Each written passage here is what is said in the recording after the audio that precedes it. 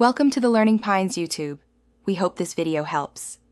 You'll begin by confirming prerequisites: enough disk space, writable target, and that you can read the log files. Once verified, test a single file copy to avoid mass failure. Run CP on one sample log to preserve attributes. Make sure to use sudo only if needed, and monitor output for immediate errors. This first actionable step prevents cascading issues and gives you a clean baseline before scaling the operation to multiple logs. Once the sample succeeds, escalate carefully. Switch to rsync a progress to handle large sets, sparse files, and resume transfers.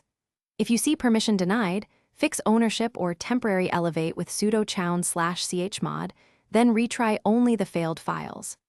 To ensure integrity, compare MD5 sum or SHA-256 sum on source and destination. This middle phase prevents silent corruption and addresses edge cases like hard links, special files, and interrupted transfers before you finalize everything.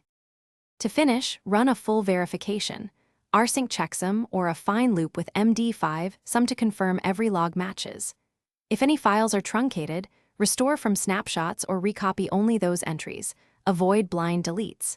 If problems persist, inspect dmesc for I/O errors and run file system diagnostics like FSCK in maintenance mode.